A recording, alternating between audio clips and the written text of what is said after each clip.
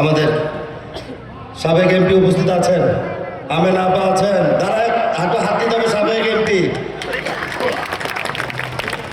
সকল পর্যায়ের নেতৃবৃন্দ। আমার একটু তাড়া আছে, আমাকে ক্ষমা করে দিবেন। আগেই বলছি, নির্বাচনের শেষ সময়ে আপনাদের এখান থেকে আরো 5টা উঠান বৈঠক আছে, আমার সবাই অপেক্ষা করছে। আলহামদুলিল্লাহ গণসংযোগ চালিয়ে যাচ্ছে। আমার সহকর্মীরা ধানের শীষকে জয়যুক্ত করার জন্য দিন রাত পরিশ্রম করে যাচ্ছেন। এই পরিশ্রমের ফল আগামী 12 তারিখে ইনশাআল্লাহ আমরা পাবো। ইনশাআল্লাহ আমরা আপনাদের একটা কথা বলতে চাই, একটা বিশেষ রাজনৈতিক দলের নেতৃবৃন্দরা বিভিন্ন অপপ্রচার চালাচ্ছে। যে অপপ্রচারগুলো সাধারণ জনমনে প্রশ্নবিদ্ধ হয়ে আছে, আমি আপনাদেরকে অভয় দিয়ে বলি, এইবারের নির্বাচন অত্যন্ত ইনক্লুসিভ ভালো একটা নির্বাচন হবে। এই নির্বাচনে কেউ যদি বহিরাগতদেরকে এনে অনৈতিক কাজ করে, রিটার্নিং অফিসার, প্রিজাইডিং অফিসারদের সরকার কর্তৃক, নির্বাচন কমিশন কর্তৃক নির্দেশ দেওয়া আছে, পুলিশকে ফোন দিলে পুলিশ গ্রেপ্তার শুধু নয়, যদি ওখানে কেউ অরাজকতা করতে চায় তাদেরকে গুলির নির্দেশও দেওয়া আছে। অতএব সবাই সাবধান, বহিরাগতদের আনাগোনা ঢাকা 15 আসনের জনগণ মেনে নেবে না। ধানের শীষের জয় কিন্তু জোয়ার অলরেডি হয়ে গেছে। বহিরাগতদেরকে ঢাকা 15 আসনের মানুষ ভোট দিবে না। আমার বিশেষ দলের প্রধান, ঢাকা 15 আসনের আমার প্রতিদ্বন্দ্বী প্রার্থী, আমার মুরব্বী সম্মান রেখে বলতে চাই, আপনি আমাদের মা বোনদের, নারীদেরকে নিয়ে যে ক্রুচিপূর্ণ বক্তব্য আপনি রেখেছেন, মায়ের জাতি তাদেরকে যেই ভাষায় কথা বলেছেন, আপনি কি সবাই জানেন সেগুলো? জানেন? আমি তাকে প্রশ্ন করি, আপনি তো মায়ের গর্ভ থেকে জন্ম নিয়েছেন, তাহলে আপনার মা কি? আপনার মা কি বয়স হয়ে গেছে আপনার? আমার কেন জানি মনে হয় বয়সের ভারে উল্টো পাল্টা বলছে শুধু। তাহলে এই মানুষ কিভাবে এমপিগিরি করবে আমাকে বলেন তো? সকালে নোয়াখালী গিয়ে বলে নোয়াখালী বিভাগ করে দিব, একই দিনে কুমিল্লা গিয়ে বলছে আমি কুমিল্লাও করে দিব। এই হলো অবস্থা। জনগণের কাছে শুধু মিথ্যা কথা, মুনাফিকি, ঈমান নষ্ট করা, ইসলামকে ব্যবহার করা আজকে তাদের কাজ। আমরা জনগণকে মিথ্যা কথা বলে ভোট চাই না, জনগণের উপকার করতে চাই, জনগণের সেবা করতে চাই, এলাকার সমস্যার সমাধান করতে চাই। আমরা বলেছি বিএনপি রাষ্ট্র পরিচালনার দায়িত্ব পেলে আমাদের গরিব মা বোনদেরকে আমরা একটা ফ্যামিলি কার্ড দিব, বলেছি না? সেই কার্ডের নমুনা আমার পকেটে আছে, এটা দিব আমরা বলেছি। 20,000 সর্বপ্রতি প্রতি আসনে আমরা প্রাথমিক পর্যায়ে 20,000 ফ্যামিলি কার্ড দিব। আর এটা নিয়েও ওনাদের আর ভালো লাগে না, বলে 20 ফ্যামিলি কার্ড দিয়ে কি হবে, 2500 টাকা দিয়ে কি হবে? যেই পরিবারের মাসে 10,000 টাকা ইনকাম আছে, তাকে যদি আমরা 2500 টাকা বোনাস হিসাবে যোগ করে দেই, সে কি উপকৃত হবে না?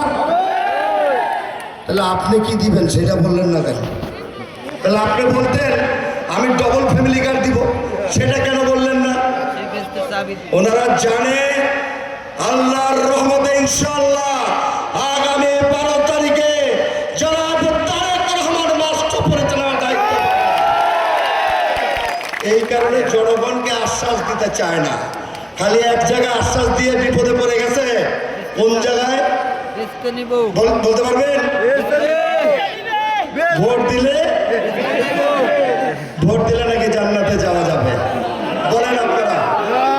আমি আপনাদের এই দায়ভারটা দিলাম। বিবেক আপনাদের, সিদ্ধান্ত আপনার। ভোট দিবেন 12 তারিখে। মা বোনরা গিয়ে ধানের শীষ ভোট দিবেন না? উনি আপনাদের যেই ভাষায় কথা বলেছে আপনাকে ভোট দিবেন। প্রতিটা ঘরে ঘরে মা বোনদেরকে কথা বলতে হবে, কথা বলতে হবে।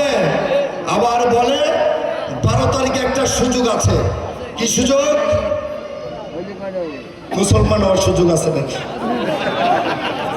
এখন কি মনে করতো আমরা কি সবাই হিন্দু, বৌদ্ধ, খ্রিস্টান? বলেন 12 তারিখ ওই মার্কায় ভোট দিলে নাকি মুসলমান হওয়ার একটা সুযোগ, এছাড়া নাকি কোনো অপশন নেই। আবার বলে আল্লাহ সিদ্ধান্ত নিয়ে ফেলছে আমাদেরকে ক্ষমতা আনবে। তাহলে আল্লাহ কি সিদ্ধান্তহীনতায় ভুগছিল নাকি? হ্যাঁ, মুনাফিক, বেঈমান, ঈমান নষ্টকারী আল্লাহ কি আপনাদের সাথে কথা বলে? বলেন, আপনারা বিচার করবেন। এটা প্রতিটি ঘরে ঘরে আমার প্রিয় ঢাকা 15 আসনের ভালোবাসার মানুষগুলোর কাছে এই কথাগুলো বলতে হবে। মা বোনদের কি বলেছে বলেন, জানেন তো আপনারা? এই ভাষাটা আমি আর পুনরাবৃত্তি করতে চাই না।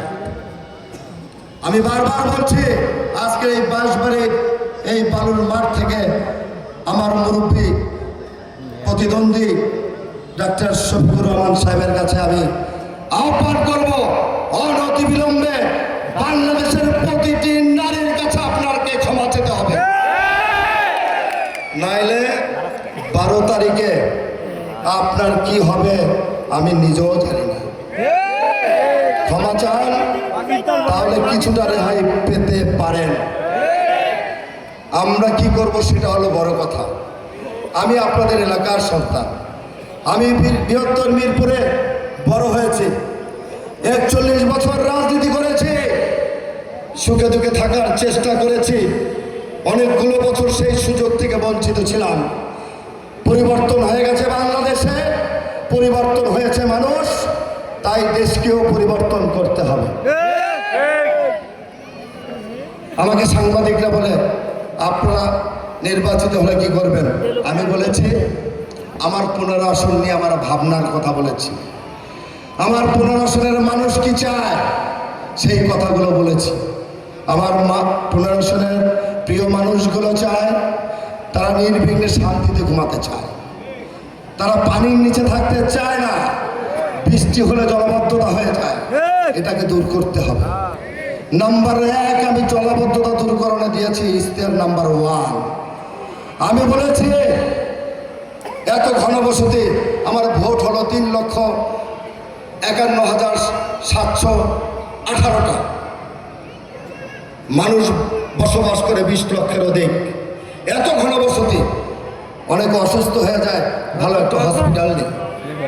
আমি ইশতেহারে দিয়েছি আমার প্রিয় মানুষগুলো যদি আমাকে নির্বাচিত করে, আমি ইনশাল্লাহ যদি বেঁচে থাকি 250 শয্যা বিশিষ্ট আধুনিক হসপিটাল নির্মাণ করবেন। আমি বলেছি আমার যুবক ভাইদের ঢাকা 15 আসন ক্রিয়া বান্ধব ঢাকা 15 আসন হবে। প্রতি 6 মাসে শীতকালীন সময়ে প্রতিটি স্কুল কলেজে খেলা, টুর্নামেন্ট, ক্রিকেট, ফুটবল, ব্যাডমিন্টন প্রতিযোগিতা হবে। মাদক থেকে দূরে থাকবে আমার সন্তানেরা, আমি ইশতেহারে দিয়েছি।